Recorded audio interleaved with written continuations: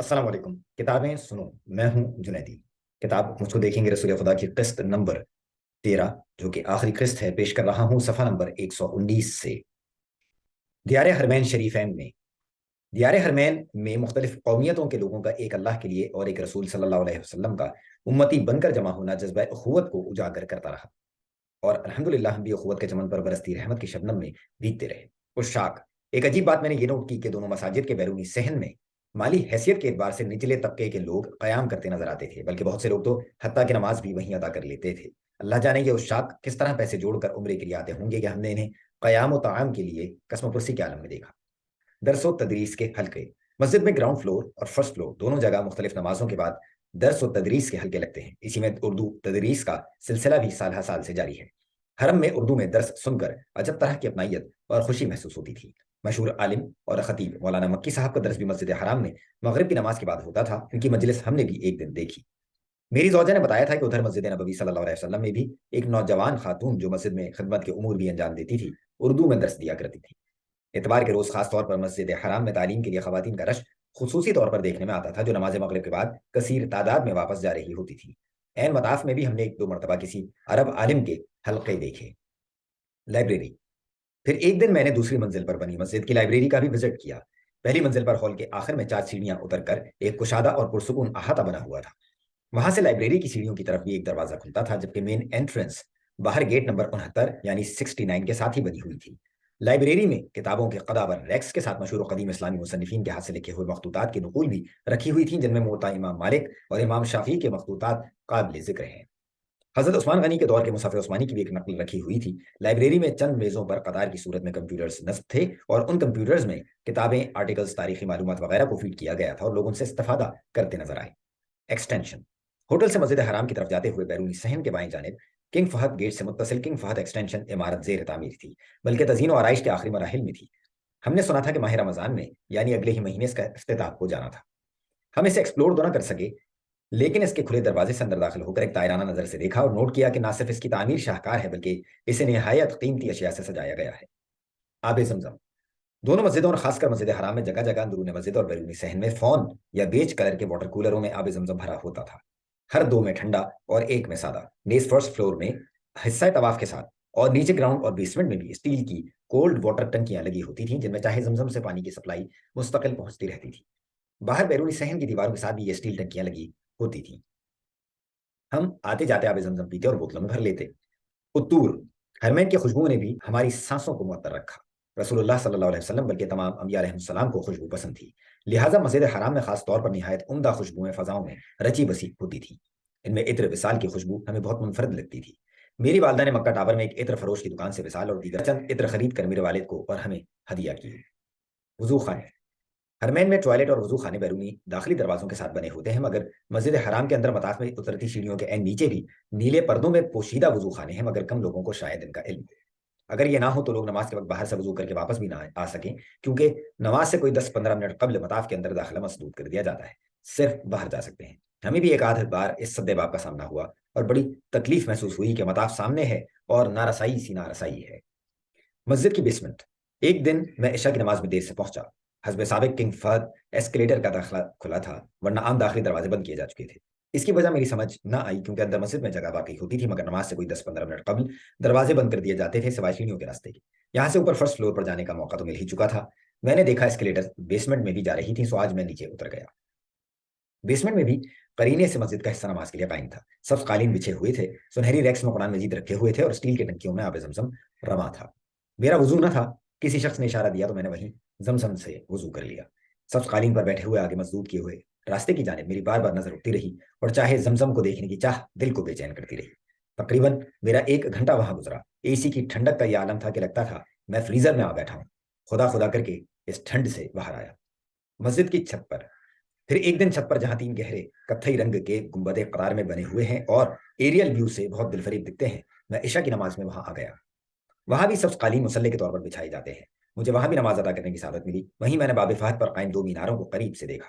سفید اور سبز بتیوں کے امتزاج سے روشن یہ سفید مینار بہت بھلے دکھتے تھے۔ پہلی منزل کا انتہائی آگے والا حصہ جہاں طواف ہوتا ہے، وہاں بیٹھ کر کعبے کو اور مطاف میں طواف کا دیکھنا بہت اچھا لگتا ہے، بلکہ جہاں سے ہمیں دیکھنے کا موقع ملا एक ही मंजर में काबा, सुनहरे साहिबान और उनके सफेद गुंबद, रंग बिरंगे पहनावों में इबादत करते भांत भांत के जायरीन, और मक्का का आसमान जलवा अफरोज नजर आए। सुनहरी रंग के ताकचे। तवाफ के लिए खवातीन का आना जाना लगा रहता है, इसलिए हर फ्लोर पर तवाफ के इलाके में अकबी जानिब सुनहरी रंग के रैक्स के जरिए अहाते बनाकर खवातीन की नमाज के लिए जगह मखसूस की जाती है। इन रैक्स के अंदर सऊदीया में राइज अरबी रस्मुल खत वाले कुरान मजीद सब्ज रंग के, और पाकिस्तान में पाए जाने वाले अरबी रस्मुल खत वाले कुरान मजीद नीले रंग में कॉपी साइज के होते हैं। इसके अलावा चंद कुरानी नुस्खे सुर्ख और सियाह जिल्दों में भी नजर आए, जिनके रस्मुल खत मुख्तलिफ थे। बड़े साइज के नीले कुरानी नुस्खे में अरबी तर्जुमा और तफसीर भी लिखी हुई देखी। पहली मंजिल के हॉल में मशहूर मुसन्निफीन की अरबी कुतुब भी रखी हुई नजर आई। खवातीन हिस्सों में खुद्दाम या गार्ड खवातीन सरता पैर सियाह अबाए में मलबूस अपनी ड्यूटियां अंजाम देती इधर से उधर फिरती दिखाई देती थी। इनकी आंखें तक मुकम्मल पर्दे में होती थी और इंतहाई काबिल ताजीम लगती थी। कुर्सी। मसाजिदुल हरमैन में कुर्सी का रिवाज बहुत देखने में आया। सियाह, सुर्ख, सब्ज और नीली दायरा नुमा सीट बंद होने वाली हल्के वजन की कुर्सियां इस्तेमाल के लिए जगह जगह रखी हुई होती थीं और इन पर वक्फुल हरम लिखा होता था। बिलाशुबा ये बहुत काम आती थी, खासकर उन लोगों के लिए जो आम नमाजियों की तरह रुकू सुजूद नहीं कर पाते। मेरी वालदा को भी बहुत फायदा हुआ और नमाज के अलावा लंबी वॉक के दौरान उसके जरिए 2 घड़ी रिलैक्स करने की सहूलत रही। अल्लाह करीम इन तमाम वक्फ करने वालों की खिदमत को कबूल फरमाए और मजीद की तौफीक दे। सफाई। दोनों मसाजिद में सफाई का भी खूब इंतजाम था और अक्सर मस्जिद के गोशे मुख्तलिफ वक्तों में धुलते और कालीन मुसल्ले वैक्यूम होते नजर आते थे। सफाई के वक्त मसाजिद के अंदर एक सफेद सुर्ख पट्टी से मुतल्लिका हिस्से को महदूद करके सफाई मुकम्मल होने तक रास्ता बंद कर दिया जाता था। महराब इबादत। असल में और तस्वीर में भी ये बात मेरे मुशाहिदे में आई कि पहले ज़माने में मकानात के अंदर एक दीवार में मुसल्ले की महराब का रिवाज था, यानी नमाज इबादत के लिए घरों में बाकायदा मुसल्ला या गोशा इबादत मखसूस किया जाता था। हिजाज में एक बात ये नोट की कि मस्जिद कितनी ही छोटी और कितनी ही गैर आबाद जगह में बनी हुई हो, इसमें एसी का इंतजाम आला होता था। नन्ही परी। एक दिन मैं मताफ में असर की नमाज के लिए तवाफ के दायरों के पीछे पहली सफ में बैठा हुआ था। एक जवान अपने बेटे और बेटी को लेकर मेरे बराबर आ बैठा। गालिबन लिबनानी था या फलस्तीनी। नमाज शुरू हुई तो उसकी बेटी अपने वालिद और मेरे दरमियान में थी। उसकी उम्र 3-4 बरस के करीब होगी। दौरान नमाज उसने अपनी टांगे फैलाई और पास वाले रैक से कुरान मजीद उठाया और टांगों के ऊपर रख के बैठ गई, लेकिन जमीन पर ना रखा। कभी कभी वो टांगे मेरे आगे करने लगती तो उसका वालिद पकड़कर अपनी तरफ कर लेता। उस नन्ही परी पर बेइंतहा प्यार आया, और क्यों ना आता कि इंसानियत के लिए मोहब्बत और शफकत की इब्तिदा सरजमीन मक्का से ही तो हुई थी। मुश्किल के साथ आसानी। तवाफ में खूब मजा आ रहा था। हम अक्सर तवाफ फजर की नमाज की बात करते थे, लेकिन एक परेशानी ये थी कि मेरी वालदा को कमर की तकलीफ थी और पैरों में मुसलसल सूजन रहती थी। वो तवाफ करके आती तो काफी देर खुद को नॉर्मल करने के लिए मकाम इब्राहिम के अकब में बैठी रहती, मगर उन्होंने किसी भी दिन तवाफ का नागा नहीं किया। पाकिस्तान में उनके लिए वॉक कर तकलीफ दा होती थी और पाँव मुतवर्रम हो जाते थे। हैरत की बात है कि इसके बरक्स हरमैन में मुसलसल वॉक करने के बावजूद उनकी तकलीफ में कमी वाकई हो गई थी। उनका अमल कितना पुरशौक था कि वो ज़ौफ से गिरांबार होने के बजाय जुहद से बहरवर हुई। फिर मेरी अहलिया को खूब एहतियात की जरूरत थी और पूरे उम्रे के दौरान उसने बड़ी जिम्मेदारी दिखाई। खुसूसन मदीना से मक्का आते हुए उसकी तबीयत ठीक न थी। बाद में उसने मुझे बताया कि सफर के दौरान मुझे लग रहा था मैं उम्रा नहीं कर सकूंगी, लेकिन मैंने मस्जिद पहुंचते ही दुआ मांगकर आबे ज़मज़म किया और फिर मेरी तबीयत की खराबी जाती रही। अल्लाह ताला ने उम्रे के चंद माह बाद हमें एक प्यारा बेटा अता किया, अल्हम्दुलिल्लाह। मुझे अमीर जमात की जिम्मेदारी निभानी थी। हदीस रसूल सल्लल्लाहु अलैहि वसल्लम के मुताबिक जब 3 अफराद सफर में हो तो अपने में से किसी एक को अमीर बना लें। सुनन अबी दाऊद हदीस 2608, 2609। यहाँ मैं खुद अपनी पुश्त में तकलीफ लेकर आया था जो 2 दिन में बिल्कुल गायब हो गई। मैं वहां एक एक दिन में कई कई घंटे पैदल चला करता था। अल्लाह ताला ने तमाम उमूर की अंजाम दही में मदद फरमाई। दर हकीकत अल्लाह ताला का अनदेखा हाथ, गॉड्स इनविजिबल हैंड, हमें आसानियां फराहम करता मददगार नजर आया। अल्लाह वकील व नसीर। नेमतें भी और तशनगी भी। और फिर मेहमानी का सही लुत्फ अल्लाह की मेहमानी में है। अल्लाह की किस किस नेमत का शुक्र अदा करें। एक उम्रा पाकिस्तान से आकर अदा किया और एक मदीना से। होटल की और होटल के दूर होने की कोई परेशानी न थी। टैक्सी ड्राइवर और सफर के लिए गाड़ियां बहुत अच्छे मिले। मैं सुन्नत रसूल सल्लल्लाहु अलैहि वसल्लम के मुताबिक सफर जुमेरात को शुरू करना चाहता था। टिकट उसी दिन के मिल गए। हतीम के जरिए ऐन काबे में इबादत का मौका मिला। शदीद गर्मी के बावजूद बाहर निकलना आसान रहा और गर्मी ने कोई रुकावट पैदा नहीं की। मक्का और मदीना में बारिशें मिली। इतने कलील वक्त में इतनी ज्यादा ज़ियारतें कर लीं। बीर जमजम, बीर रूहा और बीर उस्मान का शीरीं पानी पिया। अल्लाह ने कुरान में सच फरमाया है, औज़ु बिल्लाहि मिनश शैतानिर रजीम, व इन तअद्दू निअमतल्लाहि ला तुहसूहा इन्नल्लाहा लगफूरुर रहीम। और अगर तुम अल्लाह की नेमतों का शुमार करना चाहो तो तुम उसे नहीं कर सकते। बेशक अल्लाह बख्शने वाला निहायत मेहरबान है। अल कुरान सूरह नमल आयत 18। मैं कुरान के अल्फाज में दुआ करता हूँ, रब्बी औज़िअनी अन अश्कुर निअमतकल्लती अनअमत अलैहि। ऐ मेरे परवरदिगार, तू मुझे तौफीक दे कि मैं तेरी इन नेमतों का शुक्र बजा लाऊं। अल कुरान सूरह नमल आयत 19 और सूरह अहकाफ आयत 15। दूसरी तरफ जब हम वहां से चले तो तशना काम भी थे। जन्नत उल मुअल्ला के अंदर जाना और खुसूसन अम्मा खदीजा की कब्र की ज़ियारत, मैदान बदर में चलना, जबल उहद पर चढ़ना, खंदक के आसार देखना, शाह अबी तालिब का विजिट, हजर असवद का बूसा, मुल्तजिम की दुआएं, चाहे जमजम का दीदार, इनकी तमन्ना भी दिल में रह गई। मगर ये अच्छी बात भी है कि आदमी को तशना काम रहना चाहिए ताकि आइंदा आने की जुस्तजू रहे, बल्कि बढ़ती जाए। वैसे भी जब मेज़बान अल्लाह हो तो मेहमानी का लुत्फ ही कुछ और होता है। मैं शुक्रगुजार हूँ रब्बे काबा का, जिसने मेरे अमाल की कमाई की गुना देखा और मुझे वो अता किया जिसका मुझे गुमान भी ना था। अल्लाहु अकबर वर्रऊफुर रहीम अला इबादिही। पाकिस्तान वापसी, वक्त रुखसत आ गया था। हमने तहज्जुद के वक्त अलविदाई तवाफ किया, नमाज फजर भी मताफ में अदा की और नमाज के बाद कुछ देर जिक्र अस्कार में कार आमद बनाकर हम होटल चल दिए। हमारे मतलूबा 2 कार्टन, जिनका अब तक बंदोबस्त नहीं हुआ था, रात गए होटल के किचन से अरेंज हो गए। इनमें पैकिंग करके हमने नाश्ता किया और ताज़ा दम होकर तकरीबन 8:30 बजे होटल से चेकआउट किया। हमारी फ्लाइट बजरिया सऊदी एयरलाइन 1:30 बजे की थी। इस बार भी माविया के जरिए ही मैंने टैक्सी हायर की थी। इसकी अपनी गाड़ी खराब थी तो वो एक बड़ी प्राइवेट जीप का बंदोबस्त करके साथ ले आया था, जिसका किराया भी इकोनॉमिकल तय हुआ और फिर वो सामान लोड करवा के चला गया। अल्लाह उसे खैर से नवाजे। हम हवाई अड्डे के लिए रवाना हुए और मक्का के बामोदर गाड़ी की रफ्तार के साथ पीछे की जानिब दौड़ने लगे। मक्का इब्तिदा था और माजी बन रहा था, मगर हम इसके हाल में रहना चाहते थे। चुनाचे इससे वाबस्ता मुस्तकबिल का तसव्वुर लिए चलते रहे। हमारा रुख जद्दा के उसी हवाई अड्डे की तरफ था। वहां पहुंचकर हमने आबे जमजम 5 लीटर की 4 बोतलें खरीदी, क्योंकि एक पासपोर्ट पर एक बोतल मिलती थी। इसके बाद हमने बोर्डिंग पास बनवाए और सामान लगेज करवाया।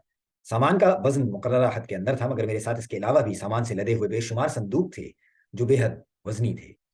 उनका वजन करने के लिए अमले के पास ना तो पैमाने थे, ना इस्तिताअत, और ना ही उन्हें जब्त करने की ताकत। वो संदूक मक्का व मदीना की मोहब्बतों, मंजरों और रूहानी एहसासात से भरे हुए और मेरी यादों के शानों पर लदे हुए थे। बोर्डिंग पास लेकर हम इमिग्रेशन के लिए आ गए और फौरन ही इस मरहले से गुजर गए, वरना आमतौर पर कतार में बहुत इंतजार करना पड़ता है। आगे चेकिंग का मरहला था। मर्दोजन की अलहदा कतारें थी। मैं और खुबैब 10 मिनट बाद ही स्कैनर और सिक्योरिटी चेक से गुजर कर लाउंज में आ बैठे। खवातीन की कतार लंबी थी और चेकिंग के लिए उन्हें एक कमरे से गुजरना पड़ता था। तमाम मुसाफिर खवातीन को वहां देर लगी। हमारी खवातीन भी तकरीबन 1 घंटे बाद हमसे आकर मिली। हज टर्मिनल का वो लाउंज खिलाफ तवक्को छोटा और औसत मियार का था, बल्कि ऐसा लगता था जैसे जेर तामीर है या महज आरजी बंदोबस्त है। हमने वहां जोहर की कसर नमाज अदा की। जहाज तकरीबन पौन घंटा लेट था। फिर जहाज तक ले जाने के लिए बस आ गई, जो वहां से कई किलोमीटर दूर खड़ा हुआ था। एक तकलीफ दे मरहला हमारा मुंतजर था कि हम चारों की सीटें अलग अलग जगहों पर थीं, जबकि आते हुए उसी सऊदी एयरलाइन के जहाज में हमें एक ही कतार में सीटें मिली थी। हमारे अलावा भी कई फैमिलीज को यही मसला पेश आया। भला हो उन एयर होस्टेसेस का जिन्होंने हिकमत से लोगों को हत्तुल मकदूर रीअरेंज करके फैमिलीज को करीब करीब बिठा दिया। इस रीअरेंजमेंट के बाद ये तीनों बाएं कतार में बराबर बराबर और दरमियानी खला के बाद वाली कतार की पहली सीट पर मैं विराजमान हो गया। बिलाखिर जहाज सरजमीन हिजाज से हवा में प्रवास कर गया और अरब से हमारा जमीनी राब्ता मुनक़ता हो गया। जहाज का वापसी का रूट छोटा था और वो तकरीबन 3.5 घंटे में सरजमीन पाक पर लैंड कर गया। अल्हम्दुलिल्लाह हम बखैर आफियत अपने वतन वापस आ पहुंचे थे।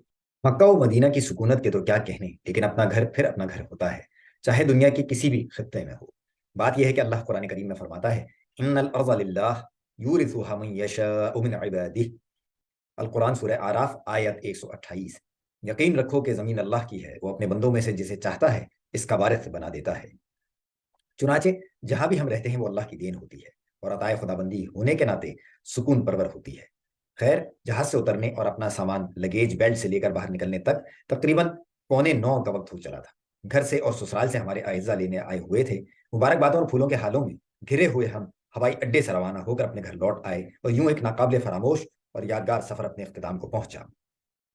तमाम तारीफें अल्लाह के लिए हैं, जो अपने बंदों के दिलों को रूहानी मसरतों से सरशार करने बाद ये तकदीस के सफर पर ले गया और फिर खैर वाफियत के साय में वतन वापस ले आया।